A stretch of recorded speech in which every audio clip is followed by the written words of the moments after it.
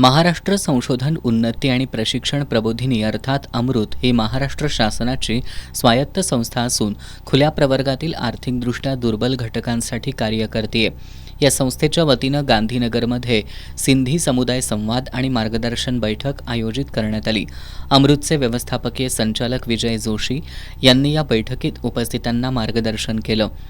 या बैठकीत अमृत संस्थेमार्फत राबवल्या जाणाऱ्या कौशल्य विकास योजनांवर विशेष भर देण्यात आला। संस्थेतर्फे गांधीनगर परिसरात आता नव्यानं makeup artist, imitation jewellery making, cooking आणि आरी वर्क यासारख्या प्रशिक्षणांची सुरुवात होतीये। प्रशिक्षण पूर्ण करणाऱ्या विद्यार्थ्यांना उद्यम आधार प्रमाणपत्र दिलं जाणार आहे।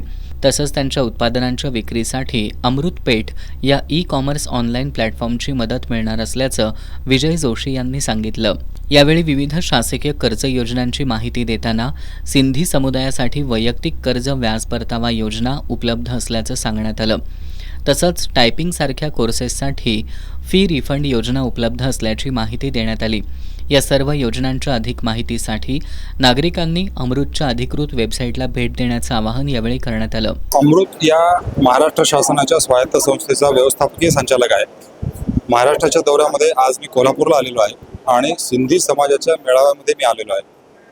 अमृत ही महाराष्ट्र शासनाची स्वायत्त संस्था खुल्या प्रवर्गातील अशा जातींसाठी काम करते ज्या जातींना इतर कुठल्याही संस्था महामंडळामार्फत योजनेचा लाभ मिळत नाही। त्यामध्ये सद्यस्थितीमध्ये 25 जाती आहेत।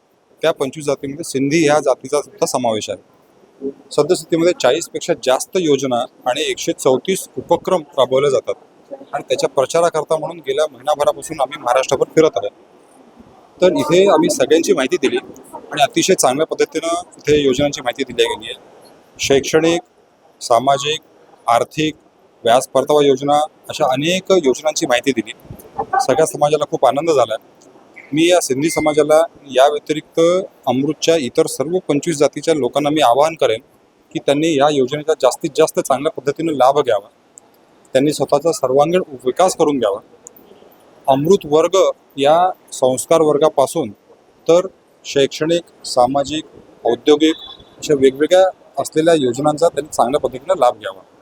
शुभेच्छा। यावेळी सिंधी एज्युकेशन सोसायटीचे अध्यक्ष डॉक्टर नरसिंघानी, सिंधी सेंट्रल पंचायतीचे प्रमुख मदनलाल मलानी, सुनील कारडा, पूनम परमानंदानी, आहूजा बाजूमल, विशाल पिंजानी, सुनील पाहुजा, विनोद आहूजा, मेघा आहूजा यासह सिंधी समाजातील आणि विविध संस्थांमधील मान्यवर उपस्थित होते। राजन डांगरे यांनी या उपक्रमाचं आयोजन केलं होतं।